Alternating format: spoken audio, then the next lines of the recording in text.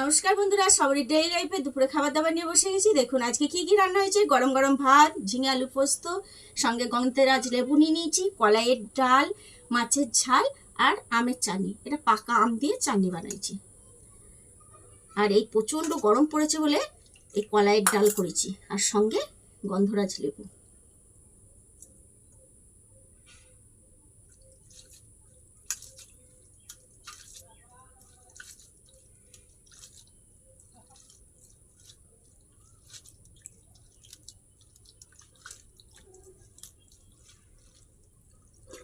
হুম,